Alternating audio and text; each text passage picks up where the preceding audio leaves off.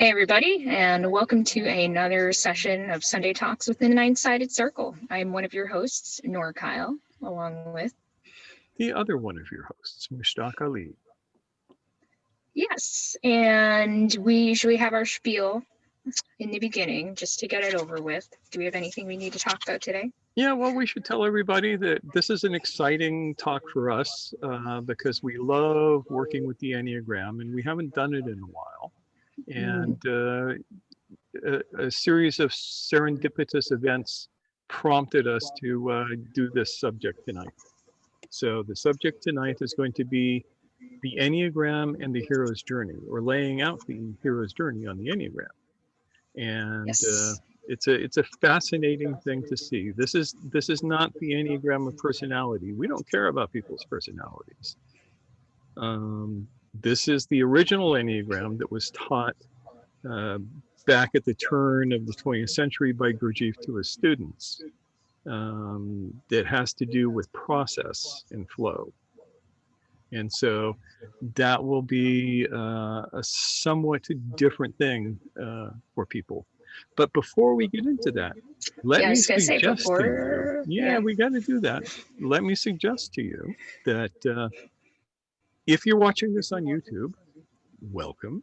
And if you haven't subscribed to us, uh, look down there and find the subscribe button and hit it. Well, not really hit it, but do the thing. And hit the old bell, ring that bell so that you can be notified when we put up new content, which we do every week. And welcome. Um, we do this as a service to humanity. And as part of that service, we give you the opportunity to give something back should you be able to and are so moved. So there will be a donation button down in the description. And you can donate anything from $1 to $1 million. We will be equally grateful for it all. Um, if you are interested, intrigued, or pissed off by our work, you can talk to us personally. We do private consultations. They are at least an hour, though we're not clock watchers, and they are only $100 an hour, so it's cheaper than a lot of things out there. Yep, and you can work with either Mushtaq or myself. So, Or if you're really a masochist, you could work with both of us. some students do that. Yep. Yes.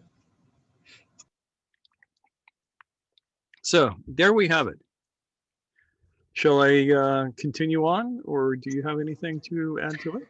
I will definitely have things Okay. to offer, but why don't you lead us in? This is Let me tell you about this. Let yeah. me spin for you a tale of how this originated. First, you have to go back to 1987. I was teaching a class on the Enneagram. It was a several week class, and one of the students was a friend who I had just met that year. Or the year before, by a fellow by the name of Stephen Barnes. Um, Famous writer now. I don't know how many novels he has to his name, screenplays, all of this kind of stuff. But we were going over the Enneagram, and he was actually really getting into it. And he was the one who asked, could you fit the hero's journey on this? Could you map the hero's journey on an Enneagram? And I thought about it and I said, I don't know. Why don't you try? And he did. And he came back with a pretty good version. And since then, he and I have worked together for years now, and we have polished and repolished and filed off the rough edges until we have a map that works, I think, pretty well for understanding the process of the hero's journey as an enneagrammatic process, understanding it as moving through the octave. So if you had to offer like a 30-second synopsis of the hero's journey, what would you like to say about that's that? very important because some people may not know what I'm talking about. Exactly That often right. includes me. Uh, so the hero's journey is something that was developed by a fellow by the name of Joseph Campbell. And back in the 50s, I think it was, he wrote a book called The Hero with a Thousand Faces. And that was his first exposition of the hero's journey. He said, this story crops up everywhere on the planet. Doesn't matter if you're Inuit or Maasai or Chinese or Arab or whatever, you're going to find this story being told. Only the names change to protect the innocent. And it is an archetypal pattern of the story, the journey that every human being will take once in a lifetime, once in a month, whatever. We all follow this journey to a little bit, or we can act as if we do, and it makes sense. Now, it's a map, and we have to remember that the map is not the territory. You know, trying to eat the menu at the restaurant will not give you the same nourishment as eating the food at the restaurant. So this is a map, but it's a good guide, and it can help you in your own journey, whatever one you might be taking. For those of us here, it's often the journey to awakening, the journey to the unconditioned self, the journey to um, you know, abiding non-dual consciousness, whatever you want to call it. And the Enneagram is another map. It was a map that was brought to the West by G.I. Gurdjieff, a rascal guru of the late 19th and early 20th century. And it is built on two ideas, what he called two laws. The first is the law of three, which says basically at the base of the manifest universe, there are three forces. And he called them wholly affirming, wholly denying, and wholly reconciling. And everything that exists emerges from how these three forces combine. We've done other talks on that kind of stuff before, so I might put a couple of links down below that might get you there. I think that would be a good idea. Yeah. Yeah. And along with the three forces, the law of three, there is the law of seven, or the octave. And it states that the universe is organized in octaves. The octave is the natural expression of movement in the universe. And we find this to be true on any number of levels. If you look at the periodic table of elements, it's arranged in octaves. If you look at the visible light spectrum, we arrange it in octaves, seven shades of light.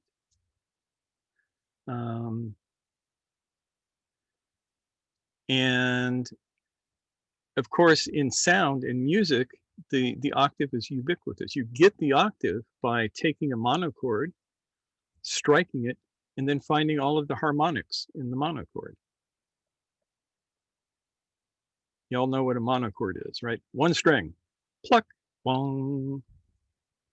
And within they call that the tonic, the note that you hear more than any other. But within the tonic, you will find all of the other notes in the natural scale. And we usually follow the octave as do, re, mi, fa, sol, la, si, do. Some people say ti, but I was never a fan of the sound of music, so I used the old solfeggio, which was si.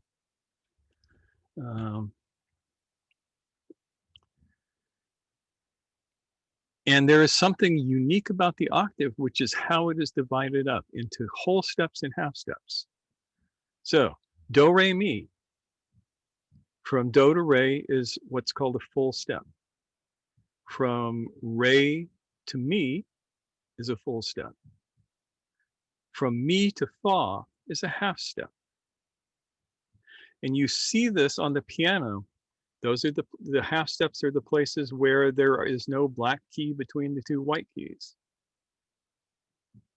And so you play a C major scale and it's played on all white keys, and it shows the whole steps and the half steps like that.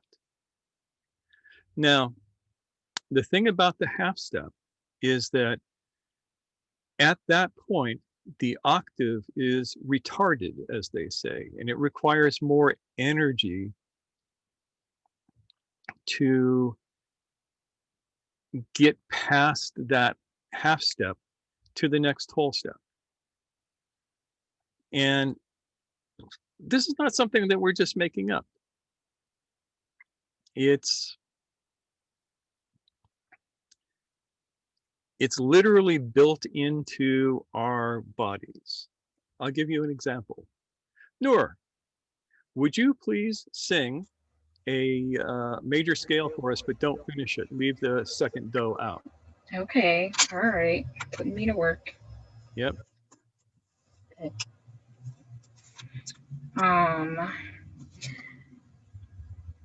Do, re, mi, fa, sol, la, ti. What does that make? You couldn't do it, could you? You had to get that last do in. Yeah. Yeah, you notice how it's unresolved without that? You can feel it in your body. Dave says, my soul hurts. Leaving you hanging. Yep. So at an almost cellular level, we feel this. And using the octave as a model, we can know where the half steps are going to be. And in Gurdjieff's terminology, that was the shock points. And the thing that we know about the shock points is that in order to resolve it up to the next step, something has to enter from the outside. Something has to enter from outside the process to add to it. It's not a closed system, it's an open system. So we've talked about this at length in other places. You know, people can get the Ultimate Enneagram series that Steve and I did together, which was the start of all of this craziness. And I think there will be a link down below where you can go and find that. Ignore all of the crazy writing. That was one of Steve's experiments to see if modern marketing stuff works for what we do. And the answer is maybe it does, but it makes us uncomfortable. Yeah. Yep. It does. But that doesn't mean the work behind the copywriting, you know, the ad copy the work is isn't solid. good. Yeah.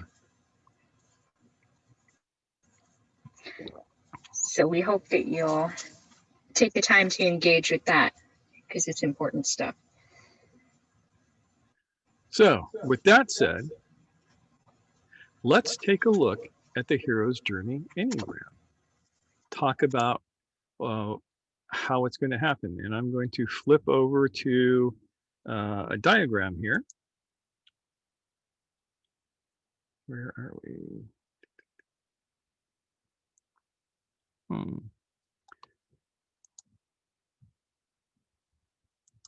we go.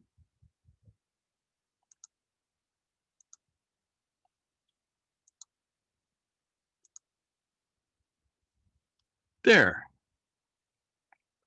Can you all see that?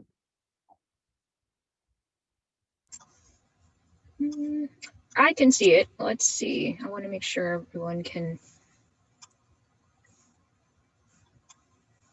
Yeah, I hope the letters aren't too tiny for people. Definitely they're going to be too tiny on your phones, but. Yeah. Well, the good news is that Wayne threw up a copy of something very much like this on the forum, so you'll be able to just download it. Yeah. Look at it. So there you go. So you have to understand that each of these points has a certain quality. So 9 is a shock point. It's the entering and exiting shock. 1 is a preparation point. 2 is an action point. 3 is a shock point. Preparation, action, shock. Preparation, action, shock. So going around, remember that each one of these has one of these 3 qualities of being a preparation point, an action point, or a shock point. That little dotted line down the center is called the equator. The thing to know about the equator is that once you cross it, you can't uncross it. This is an unresolvable or an unrecoverable change happens. The first Enneagram we usually teach people is the Enneagram of the kitchen, because it makes this real clear. And this point is where the food begins to cook in the kitchen. And the thing is, you cannot uncook food once you start cooking it. So when we look at this, we see that the first point here is the call. Our hero, whoever they are confronted with a challenge.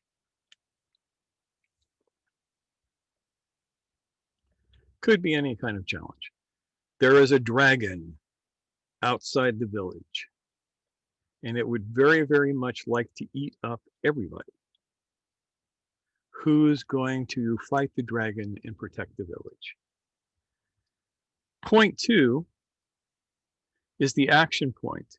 And almost invariably, the action is to reject the challenge. I can't fight the dragon. I know nothing about dragon fighting. Go get a knight. Knights fight dragons, not peasant boys or whatever. Point 3 is a shock. And it's usually a shock that involves some sort of a disaster. Oh, the dragon just ate my mother.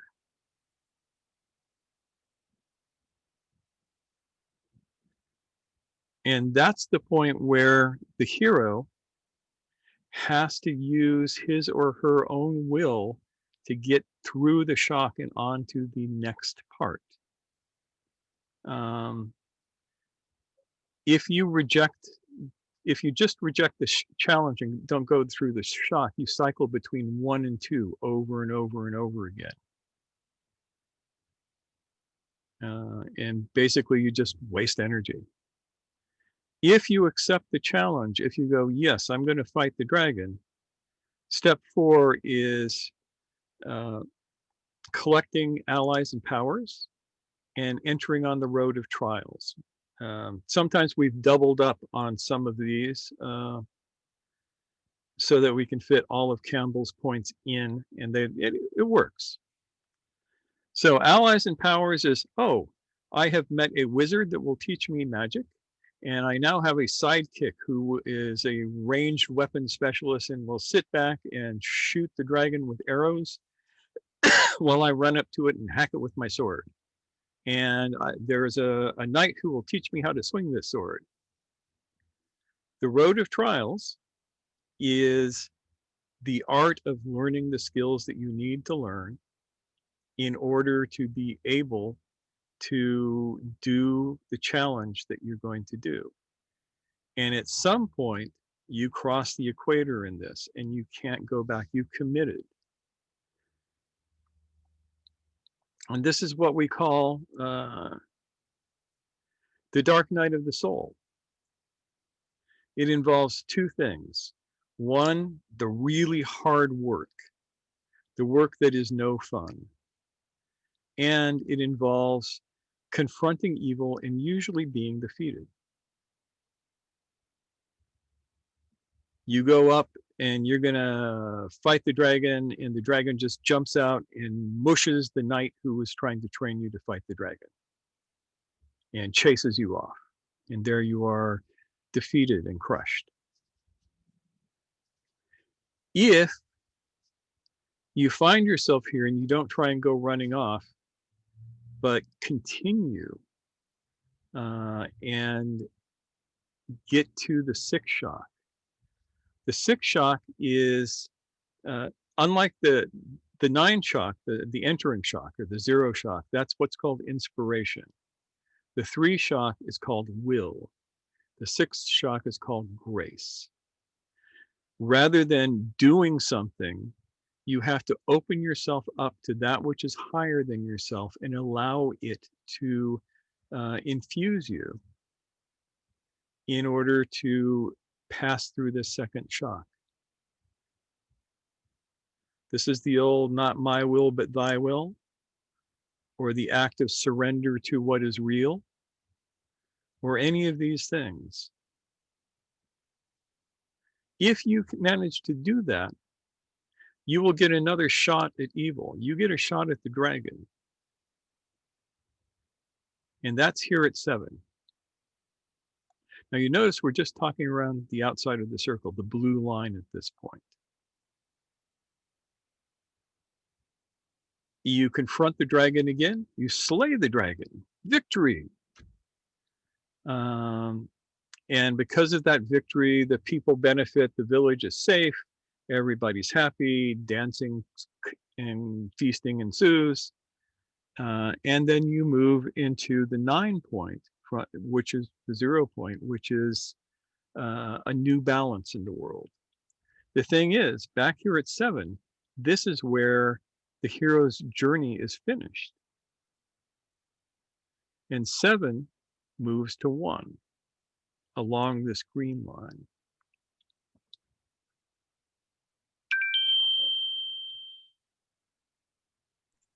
The reason for that being, life continues. You take the energy you got from your success in taking this whole journey and you move that forward into your next cycle. Yep. And this is often called the student becomes the teacher. So the student moves back to 1 and bumps into a kid who needs to know how to slay dragons. And all of a sudden it's, kid, let me tell you what my teacher told me. That's the outside circle. Now, these green lines, which are called the moving lines, are the inside circle. And that, this B right here, this is a B in the center of it, that represents the hero's teacher, the guide, whatever that might be. The guide uses these moving lines to know what's in store for the student and to know what is needed to get them past the shock points. So speaking of shock points and moving forward, we actually have a question from Mr. Keem who asks, what happens if you confront evil a second time at 7? Mr. Keem says, but you're defeated again. That happens. Sometimes life is a tragedy. Yep. But if you live, you still move to 1. Mm-hmm. The story still continues. Yeah, the story continues and it starts over again. Perhaps you need another go-round in order to be fully and deeply prepared for that success. And if you're killed at 7, you become an inspiration to others. And the impetus still goes on. You will find this pattern in hundreds and hundreds of books. And some books are tragedies. If you map Macbeth onto this, the hero dies at 7.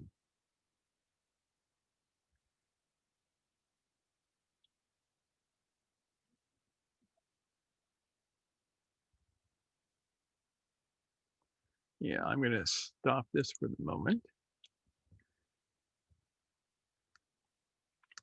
And that's also another thing. If you have not passed through 6, you are not ready to fight the dragon yet. Yeah.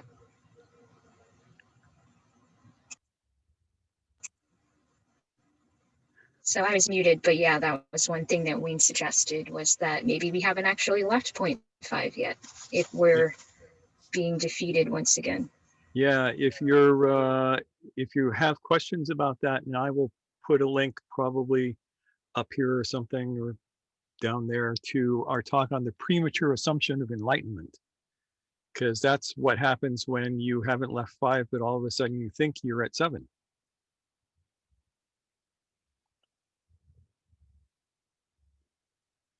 So, do we have any questions? Yeah, any questions thus far? Thank you for your question, Mysticky, but everyone can feel free to unmute themselves and jump in. Yeah, once we get through this, we're going to look at a much more concrete example of how this works in real story life.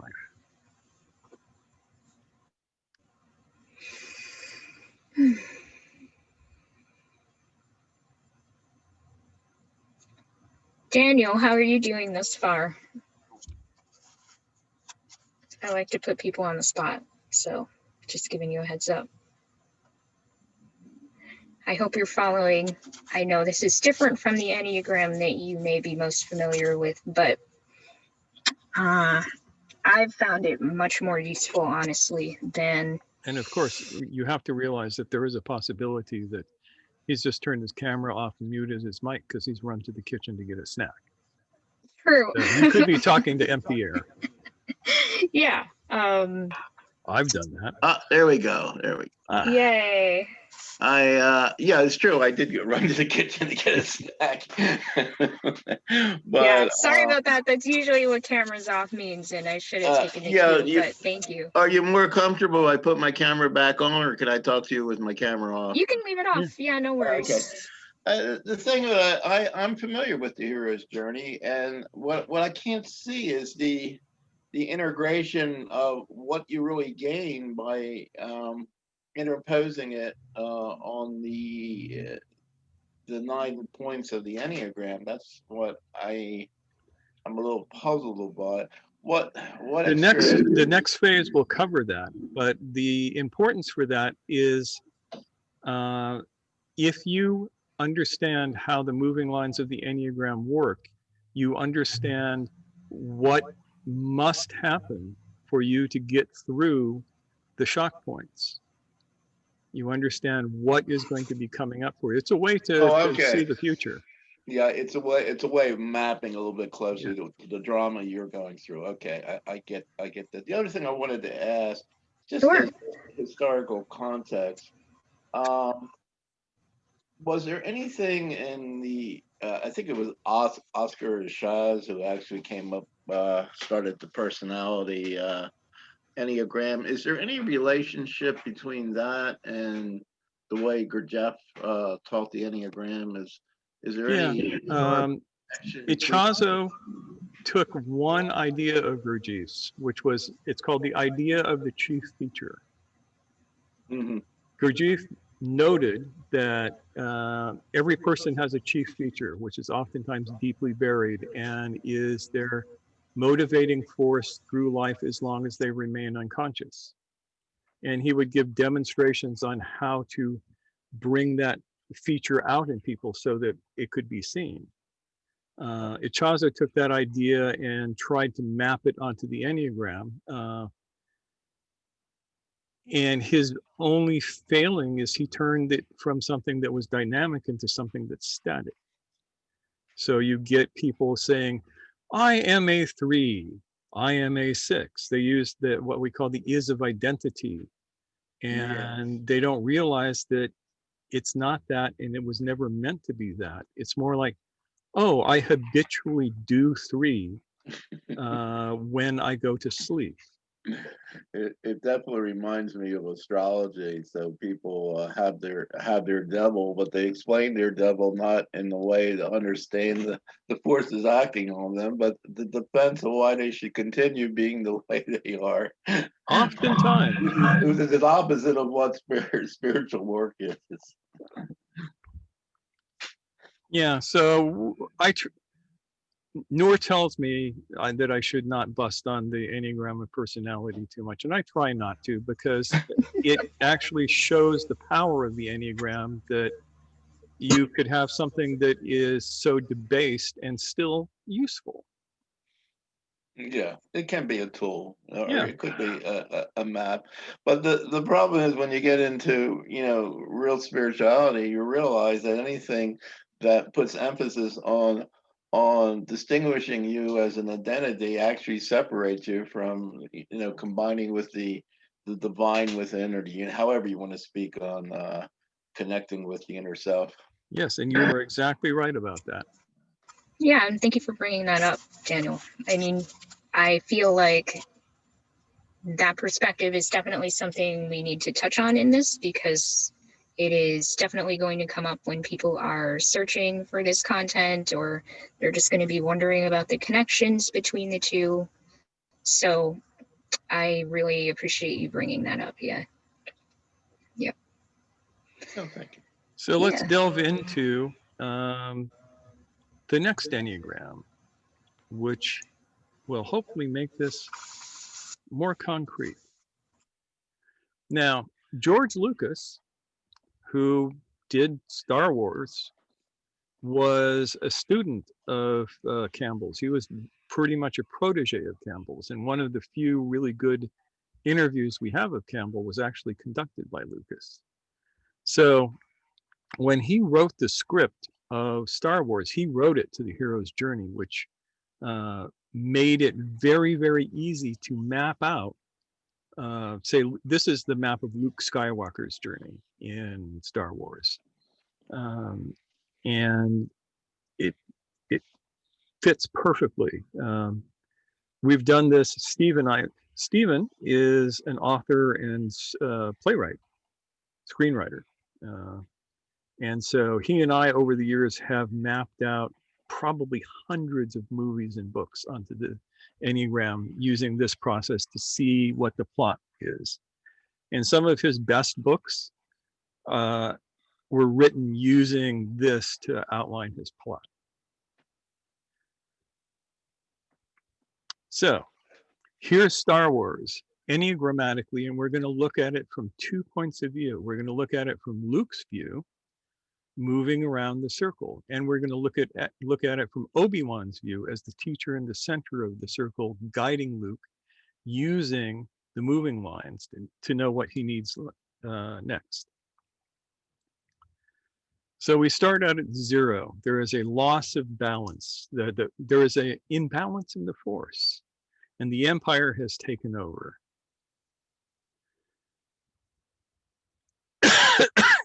That enters into 1. Here is Luke Skywalker living a quiet life on a moisture farm with his aunt and uncle. Now, they need a couple of new droids. So they pick up a protocol droid that can talk to various people and a tech droid, and they buy them from the Jawas. Now, what they don't know is that these 2 droids were sent down to the planet of Tatooine by Princess Leia just before she was captured by Darth Vader. Luke has no idea about this. But he is cleaning up the little R2 droid, and he jiggles something, and all of a sudden a hologram is displayed, and it's Leia going, help us, Obi-Wan Kenobi, you're our only hope. That's the call. Now, I'm going to tell you that even though we have these 9 discrete points, the story is a continuum. Every point in the circle is part of the story. So, the droid projects the thing, and then it doesn't project the thing, and it says it doesn't know the thing, and the droid escapes that night. Luke goes out to find the droid. Luke finds the droid, but he's attacked by the Sand People. Just before he is killed by the Sand People, he is rescued by old Ben Kenobi, who pops up with, of all things, a lightsaber and saves him.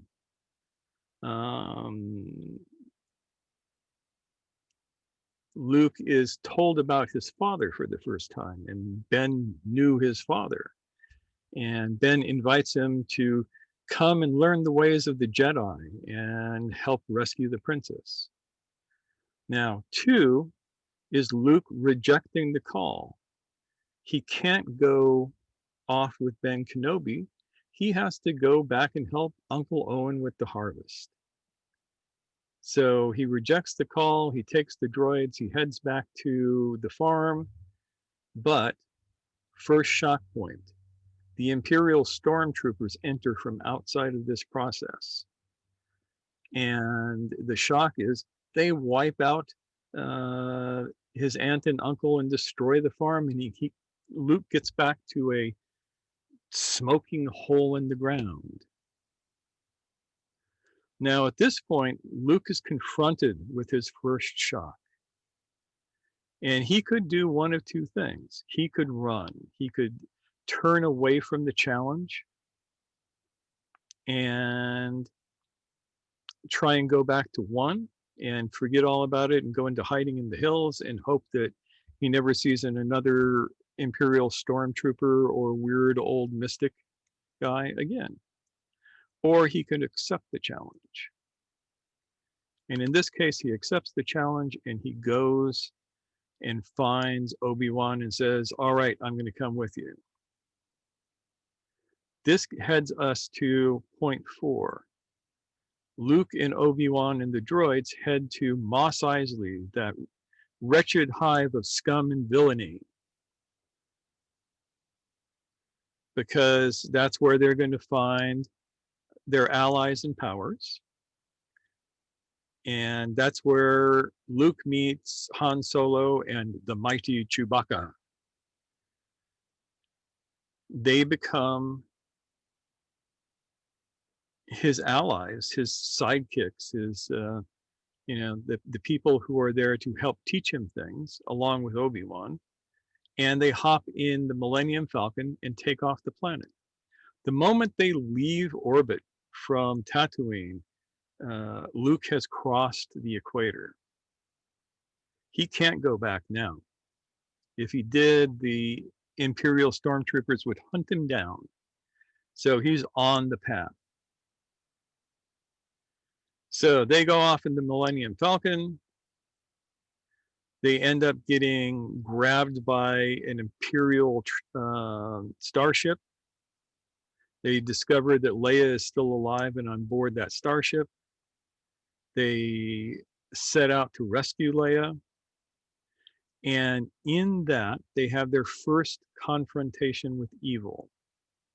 And that is Obi-Wan Kenobi and Darth Vader meet. And they have a duel. And Obi-Wan is defeated. Poof, he vanishes.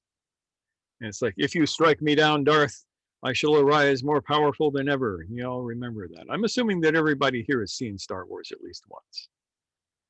And as you can tell, I've seen it more than once because I pretty much have it memorized.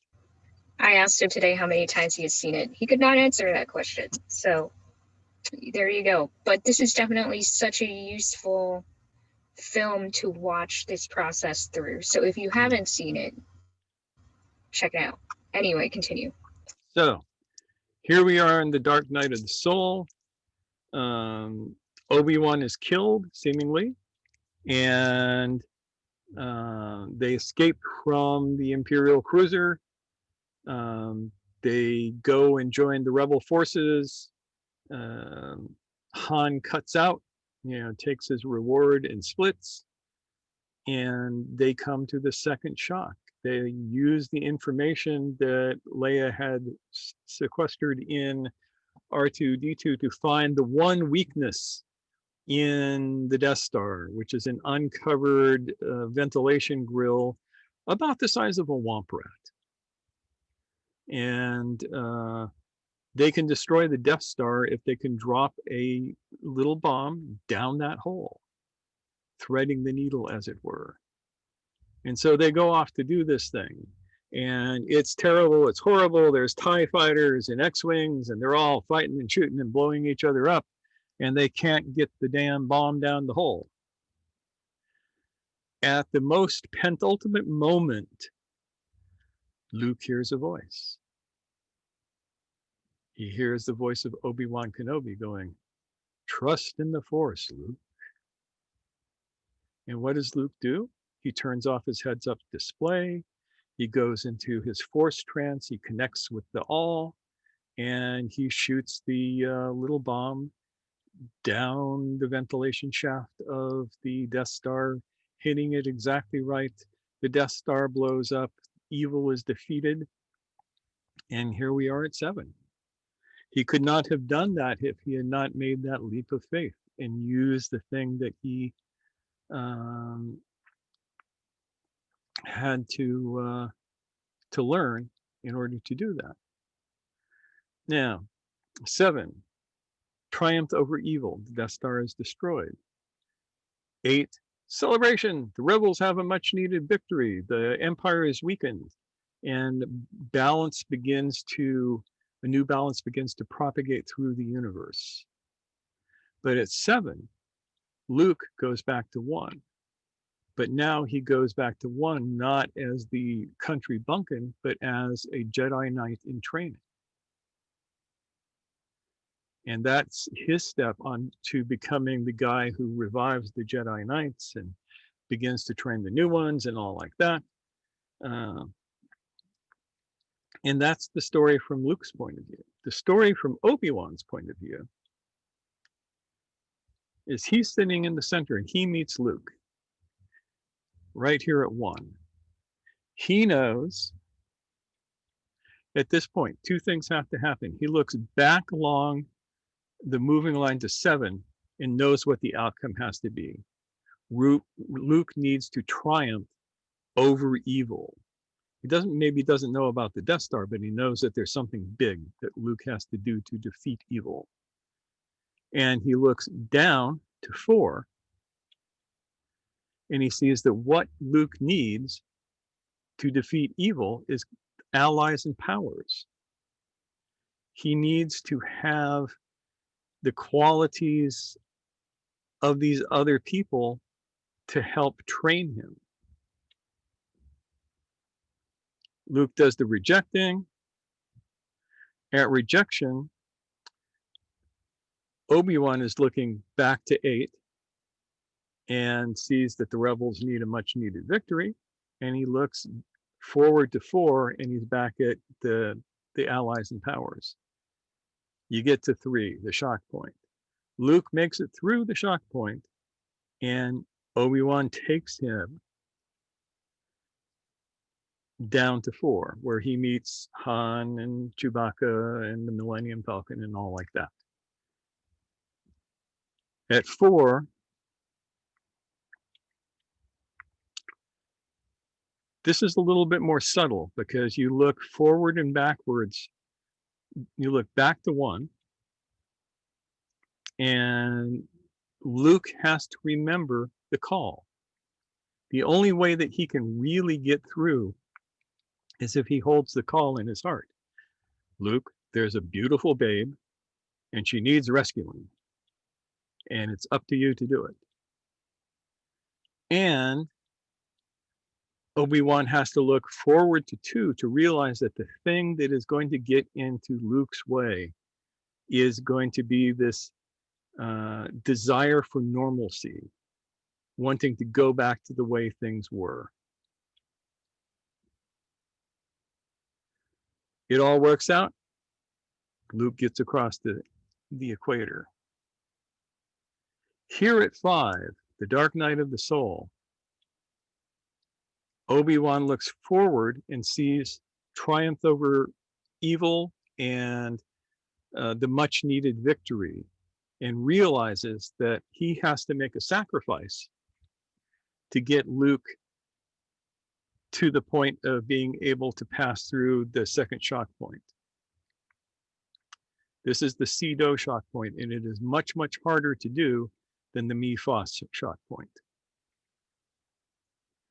So Obi-Wan chooses to make the sacrifice and become a Force ghost so that he can, at 6, be the voice that says, trust in the force, Luke, at just the right moment to apply the shock that opens Luke up to the force and allows him to take the shot that is impossible to make. Then we get back to 7, and Obi-Wan looks here and says, Luke goes back to 1. The student becomes the teacher. Now Luke can reinvent the Jedi Order. So that's the secret of the moving lines in this, is it allows the instructor, the teacher, to know what a student needs. And those of you who have worked with me have experienced this.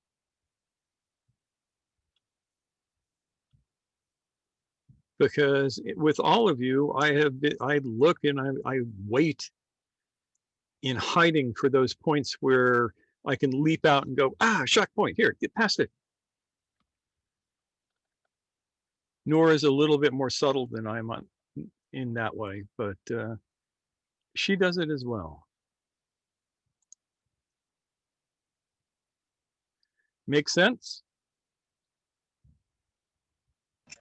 Yeah, do we have any questions thus far?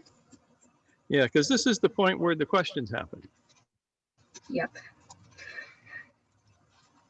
Yeah, and one thing that just came to my mind is Obi-Wan has his own Enneagrammic cycle as well. In addition to guiding Luke, he has his own story playing out. Just as each of us in our own lives, we are looking out on the world from the vantage point of the I, ourself.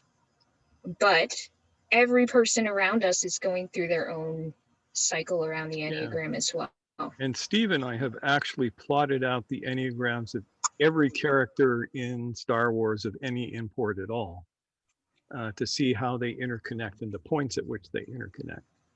Right. And we are going to be participants in other people's stories, just like they're participants in ours. So we may come in as an ally or, someone who offers support in power. We may come in as someone's challenge to be overcome. It could be anywhere on this Enneagram. We will have a role to play in their story as well. Yep.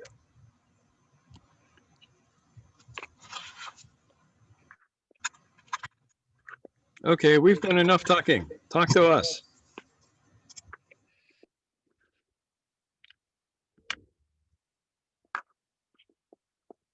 What do you think? Dave, I know you have a lot of experience with this mapping out of things. What's going on in your mind? Or what have you been thinking about? It checks out. If you actually push through, particularly past the shock points a number of times, it checks out perfectly well. Mm-hmm. Yep. Isn't particularly fun, and it gets worse, but it checks out. Yeah, I think anyone who has gone through an experience while mapping this, it's like, oh no, I'm in the dark night of the soul right now, huh? Fuck. And then you just, you work through it. You finally find a way to make that leap of faith, whatever that might be in your current situation. And then you resolve the conflict in one way or another. And then you realize, okay, here we go again. The next cycle begins, as I was saying before. But ideally, as where I think we're going with this, is that when you are able to get to point 7, you've reached a point where you've learned things, you've gained skills, you've potentially built new relationships, you've uncovered things about yourself that you didn't know before. And you can take that forward into the next run around the Enneagram. Or if you end up in the position of the teacher, those are skills that you're going to be taking forward with you into leading them. And there's one other thing. This map allows you to at least a certain extent to be your own teacher. Yes, absolutely. I've definitely had that experience with it. Yep, because if you know where you are in the octave of the hero's journey, you know what to look forward and backward at. You know what you're going to need to do to get to the next point. Yep. I mean, I was just saying to myself today, because I'm thinking about how I haven't been very physically active during this whole lockdown thing. I'm used to walking all over the city, going to the grocery store, carrying everything home. I don't really do that now. And now I'm finding it hard to get motivated to do physically active things that I know would benefit me. So I know that I'm stuck between 2 and 1 right now. I have this sense that this is important, but I'm not ready to accept the call yet. So I keep rejecting it, cycling between 1 and 2. And when I'm ready, I'll be able to move forward and ideally take that energy past the equator to success and be able to make a stronger commitment to my physical well-being. But that's going to take work. Doing this kind of stuff takes a little bit of effort, maybe a lot of effort. But when we have a map like this, we can see what needs to be done and use that as a motivator and encouragement as well.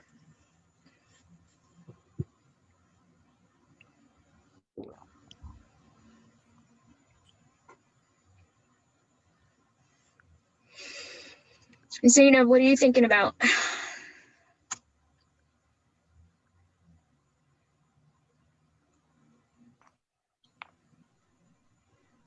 The moving lines is, it's actually starting to make more sense as what to look for and what to, especially 4 to 5, how to make that leap by looking back at 1 and 2. That's actually starting to say, okay.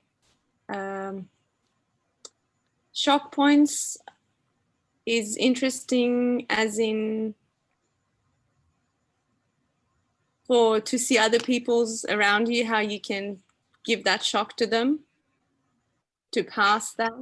That's something else that is coming to my mind. So yeah. Yep. Nothing more to add. Well, thank you. That was good stuff. Yeah, I was asking Mushtaq today because I was curious myself. I was like, for point 0, the inspiration point, 0/9, I was like, can a person create that shock for someone else? And it turns out, yeah, sometimes you can be that shock for someone. If it's not their situation, maybe it's a person in their life who says, hey, I want to, give you this information about this thing that I see happening, or this thing that maybe you should consider working on. Heads up. And then that person can, point 1 for them is receiving that. Whether they take up on it and follow through up on it is up to them. Yeah, one way to understand that is you look at King Arthur and Merlin. Merlin was really good at delivering shocks to King Arthur. What might be one example? Because I'm not super familiar with those tales, unfortunately. Well, let's take a look at, there are so many different versions of the Arthur story, but there is one that ended up as a Disney movie. And Merlin creates in Arthur empathy by changing him into different creatures. Poof, you're a fish. Learn about what it's like to be a small fish with large fish wanting to eat you. Here comes that pike. There is nothing like a pike for being a shock point if you're a minnow. So there's that. One of the things that Merlin assured was that Arthur, in the book is called The Once and Future King. And in that, we see how Merlin crafts Arthur's experiences to develop a sense of empathy that was decidedly non-existent in the 600s or 700s.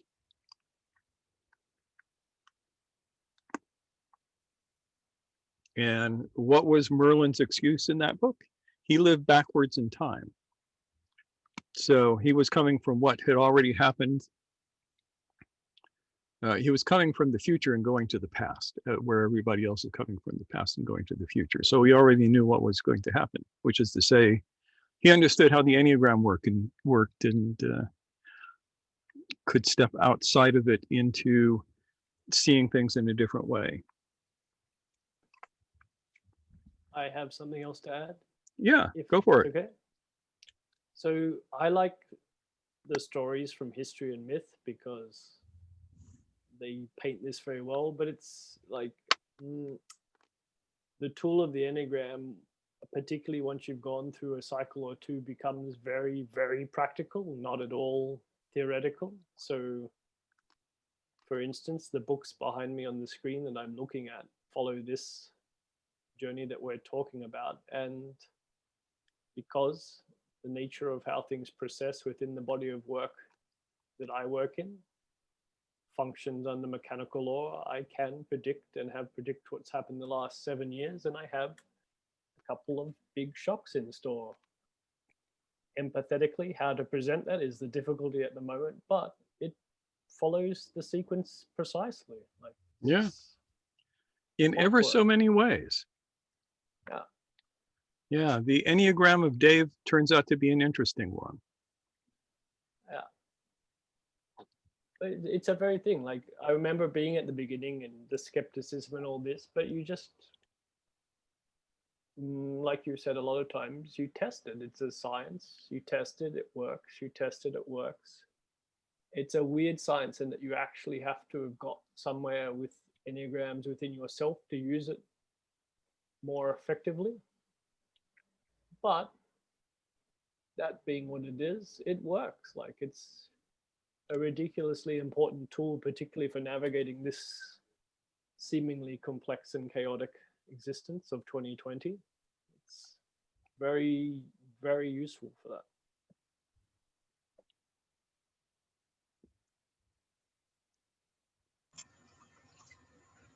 Thanks, Dave. And one thing I appreciate about this model, as opposed to the hero's journey in its original form, is that this feels a lot more generalizable. This feels a lot more flexible to different types of struggles, different types of challenges that we encounter in day-to-day life and in narratives and such. This just has the ability to encompass many more flavors of that kind of thing. And that makes it extra useful for people who are trying to plot narratives, for we who are trying to figure out what the next steps on our quote unquote spiritual path are, all that kind of stuff. Yep.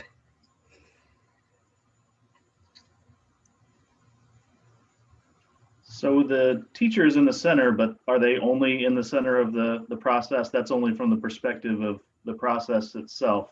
I'm assuming the second conscious shock, the grace, in most teachings, the teacher has something to do with that. So are they inside and outside the process? Yeah. And I guess that would be part of their process. Yep. Yeah. And then the point of no return, that almost seems like a shock, but it's not. I just wonder if you could say maybe a little bit more about the relationship between that and the second conscious shock, and maybe the whole teacher, goal, beginning, point of no return, center line thing. Yeah, the point of no return is not a shock, but it sure looks like it sometimes. Yeah. It's when you have gone far enough along the way that you literally cannot go back without breaking the whole process. And if you Yeah. do break the process at that point, you pay a very heavy price for it. Because at that point, you've invested so much time, so much energy. Maybe other people have taken your acceptance of the challenge seriously. They're depending on you now. Maybe they've joined you on your journey. At this point, they're invested too. And if you turn back, you're kind of letting yourself and everybody down, let's say. That may not be necessarily relevant to that particular scenario you may find yourself in, but it's one way to think about this in narrative terms for illustrative purposes. And energetically, it's devastating. Yeah. It's like all of the energy you've put into the process to that point is dissipated. Like I said earlier on, you can't uncook the food. Right. Plus, you've invested so much energy just to turn back and you think, well, I guess everything I've invested didn't really work out. And really, it's kind of like you're psyching yourself out. Because if you just kept going, perhaps everything would pay off. It's just that you've gotten trapped in that, mental stuff that tells you, oh, this is too hard. But the fact is, when you face that point again, when you come up against that point of struggle where it's just the long slog, it's going to be that much harder because you've psyched yourself out, like I've said.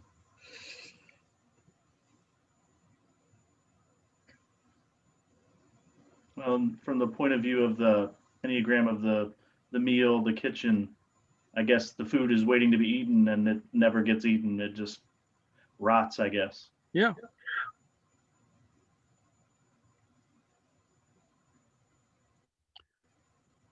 Yeah, in the kitchen, point 6 is the community enters. The people who are going to eat the food have to enter. If they don't enter, the food has no purpose. Well, you could eat all the food yourself, but you'd get really sick. Yeah, and you might not be able to eat all the food yourself. Yeah. I guess I might think of it more as like, I don't know, let's say the power goes out in the middle of cooking. It's like you can't undo. It's just going to sit there and you're waiting for the power to come back on and it's just not happening. And the food is just kind of not in its best state anymore. So you kind of have to start all over.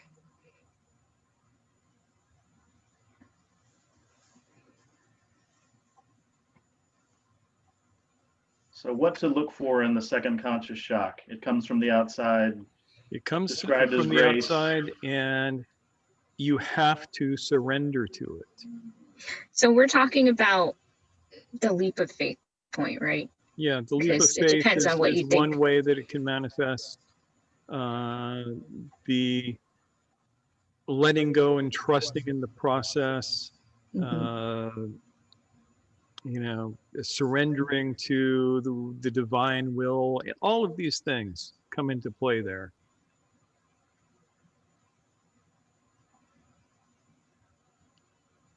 Yeah, that's helpful. Thank you. Yeah, and it's also really, really hard. The 3 shock is relatively easy. You just have to bear down and do it. The 6 shock is a letting go. It's not a doing, it's a non-doing. It's very Taoist. I just want to touch on Dave's remark. He says, Okay. Point 5, let go or be dragged. Yep. So that would be point 6. Yeah. You've let go.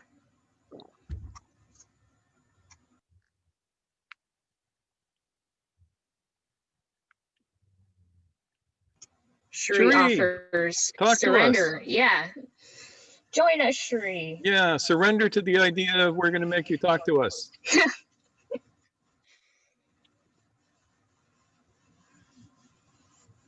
Yay. There she is. I've enjoyed this very much because it I did. see that the process of life it's a pattern, and it ebbs and flows, and there's a way of processing things, and when you're surrendering to that process and realizing that you've got to take action, there's preparation, action, something happens, it's not stagnant. And I guess that leap of faith is one of the hardest things to do, especially if you have no faith in anything, Yeah. So yeah, what's going to happen? What's the result?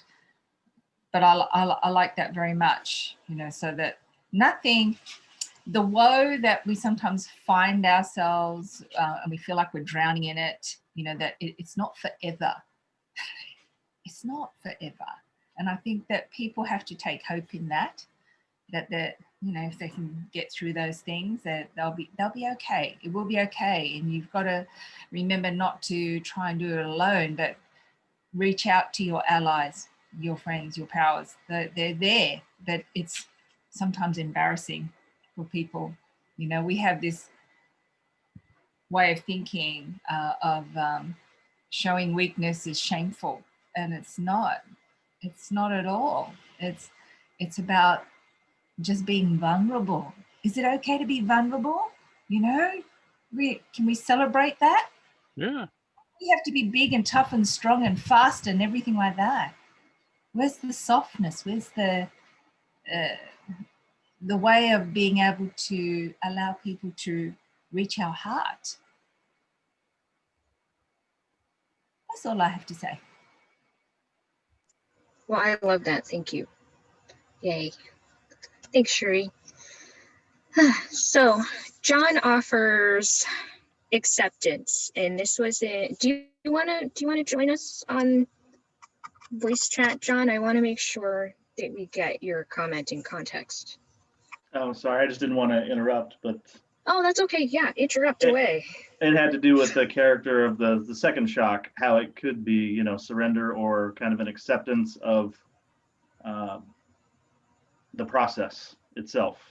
And, the fact that, I don't know, I can't see the Enneagram and I'm not very good with it, but, whether you're looking back and, acknowledging that you've made this decision to bring you to this point and accepting that this is actually what you want, that sort of thing. That's kind of what I was going for. So. Yeah. Mm-hmm. Yep. Yeah, it leads directly back to, I can show you my diagram. It's kind of a mess, but you can see the triangle here. And as you can see, this is the point where you are accepting the call or the challenge or whatever. And this is the point where you're taking that leap of faith. So yeah, you're looking back on not only what inspired you to take that journey in the first place, but also your commitment to it, your initial commitment anyway. And that can push you through to your leap of faith. Yes. Okay. Yeah. I wanted to ask something. Please. Sure. In my own life, I realize there's times I've been at that point where it's a leap of faith, and I was wondering, do you have any pointers, if that's the right word, how you distinguish the inner guidance, say from like an Obi-Wan Kenobi or your inner self, to what is your ego coming up, or the false self, or whatever you want to label language in? That it's your fear talking, or maybe an element of megalomania that you're going to solve this, or what gives you the clarity? I mean, I know you've mentioned the training there, but I still find that that's a very difficult point to decide whether you should go forward or go back or what to do next, regardless if you know that what's called for is to continue to fight against the forces of darkness at that point, and really go on with the mission. So That's a damn good question. Yeah, that is. Thank you. That's a really good question. Oh, it comes up for me a lot, so that's Oh yeah, I agree. For me Well, too. One thing that we can say is if the voice that is talking to you is using I a lot, it's probably your ego. I need to do this. I need to do that. I need to do this for me. If I don't do this for me, I'm going to be unhappy. Mm. That will say, this is maybe an ego, as opposed to the voice that says, this is what the universe wants. Mm. That's simplistic. It's going to be hard to hear which voice it is at first, but it's one of the ones that I use. Yeah, I was going to say it can be tricksy. Like you Yeah. can mistake The other thing is, mistake it them, helps but to have a living teacher. mm, One of the teacher's jobs is to tell you when you're bullshitting yourself. Amen. And if you don't have access to a teacher, have access to a group of friends who are also on the path, who are willing to get out of the way of their own egos and give you good feedback. And if all else fails, Ouija boards. Like that. Or Yeah. penciling and pendulums or whatever. yeah, Yeah. Your whatever form of works. magic might be. Yep. So a thought I had though is you may realize at this point that the right next move is the leap of faith might be, wow, I've really learned that this was my ego talking the whole time. And that's such a valuable lesson in and of itself. Embarrassing, but valuable. Yeah. So that's not a failure per se. That is a finishing of the cycle that says, wow, I've learned something that I can take forward with me. Yeah. Yeah. Just have to have a lot of inner qualities to apply the map, because you have to have faith, acceptance, perseverance, determination, courage, bravery, and the willingness to serve in a more universal capacity. So Yeah. does that all come from being around the right people? That helps. That all comes from doing the work on yourself. Yes. Doing the work is breaking your own conditioning, because all ego is the conditioned self. I agree 100%. Yeah. So breaking that conditioning is a big part of it. Having the right people around you is very, very useful, but it doesn't mean that it's absolutely necessary. You can do it on your own. It's just a lot harder and oftentimes more painful.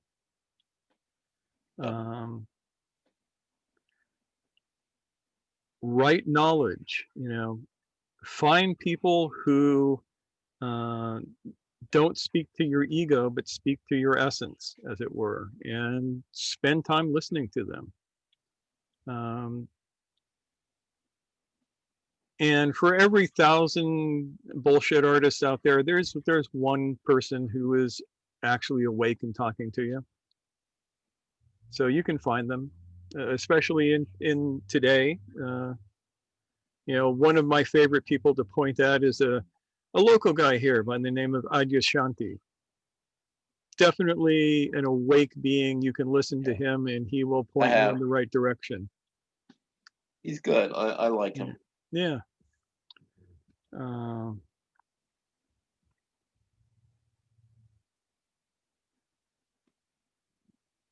Yeah, it's just the point I was making, that to apply the map, you really have to have a lot of inner development to begin with. Otherwise, the map is not going to be as helpful as you're pointing out, at least from my perspective. Yeah. The map will be as helpful as you're willing to apply yourself to it. Exactly.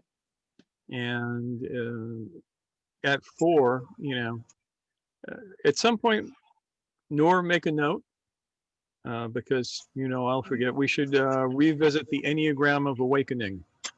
Yep.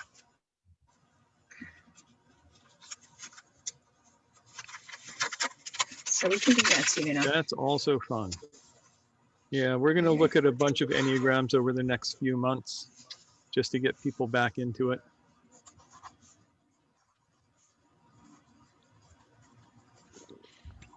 And Daniel, you have inspired us to that. So Yeah, this is going to be your fault.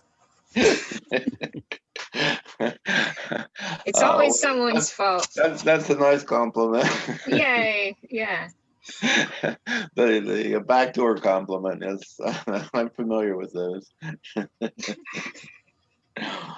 Yes, but I've been inspired by you guys to to see the how the forces even going back. To me, I really liked how when you get to 4, you have to go back to 2 to get on with the crossing the equator. I thought that was a really powerful idea. Yeah. Because if you're just doing the solo journey, it's sometimes can be very misleading, and you can create a lot more difficulties. Yep. Yeah. And sometimes rejecting the call is just becoming prepared. It's not necessarily like the cutoff point. Yeah. Yep. Yeah. I had a teacher who used to say satsang is stronger than personal will.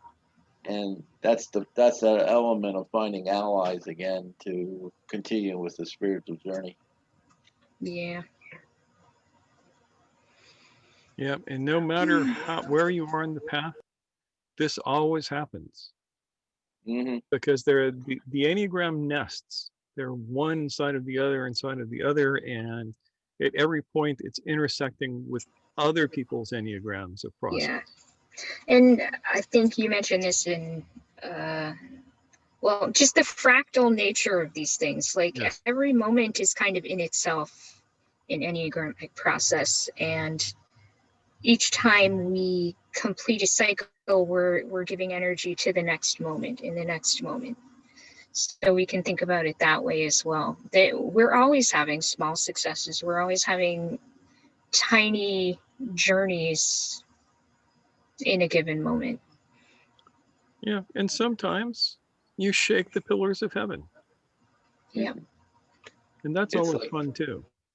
It's like the fellow who comment appreciation or as a comment it's learning that every little thing is serving to show you what the next thing is. It's like we used to say in another group.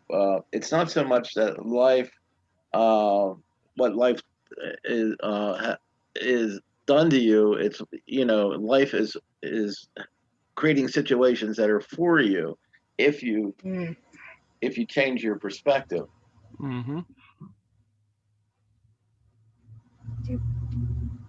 Yeah, I ran across something that I wrote a few years ago today, and it was just a little saying, which is, if you want to learn to be lucky, learn to pay attention. Yeah. Oh, well, I thought of the quote. Life doesn't happen to you; it happens for you. Mm-hmm. And when you can work with that, then you see the challenges are to call and how to proceed on the journey, instead of saying I've been victimized by what's happened to me here, and I just want to go and find a safe spot.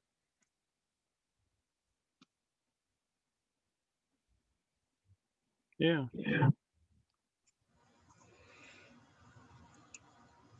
Well, do we have any last questions? We're heading up on 8 o'clock here, but honestly, we're having fun. Yeah, this has been an awesome talk. It's always so fun to have new people, and people asked great questions and had really interesting thoughts to share tonight.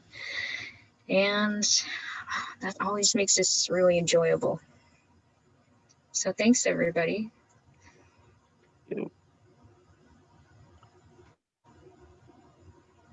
Any last thoughts, Mushtaq? Not really. Yeah. All right. Let's just.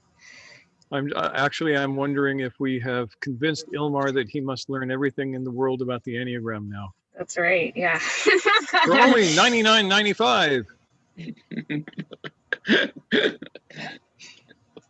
We'll see. We'll see. It's beginning to make a little more sense to me, but I still find myself really kind of resisting it. I'm not quite sure. I need to poke as to why the hell I'm finding this resistance, because I do feel resistance to it. Yeah. You know, there may be something of use in it. There's something to dig up there, but go ahead to your response there. I was just gonna say, I mean, if you're feeling resistance, I mean, you don't take that as information, you know. Right. I You usually can see what yeah. comes up. Yeah. Yeah. Yeah, Wayne just said something here. Can you read that, Nor? He did. Wayne says, refuse the call for the moment, then let the process take over. Yeah, definitely. Yep. And Zainab had to take off. Her kids are done with school. Yeah. Yep. The problem with We should- being international men's and women's of mystery is that the clock is just all over the place. We do what we can. I think we do an okay job. Yeah. I have people on the East Coast who are like, this is so late. And I'm like, think about being in Europe right now. Like, come on now. Yeah, I had to break one guy's heart today because he was really wanting to be in on this one. And it's like, dude, it's going to be 4 a.m. there. I mean, if you're really ambitious, you could still come. But there's always the replay on YouTube too. That's why we do that. For those who watch us that way, yeah, it's great to have that participation as well. That's what comments are for. In Facebook. All right, guys. I'm going to switch to the gallery view. Yeah, let's do our and little... everybody, good night. Bye. Thank you for coming. Yay. Wayne, it was wonderful to see you, not see you. Yeah. Daniel, it's a pleasure to meet you. Definitely. Very much, yeah. And I'm going to stop the recording. Yay.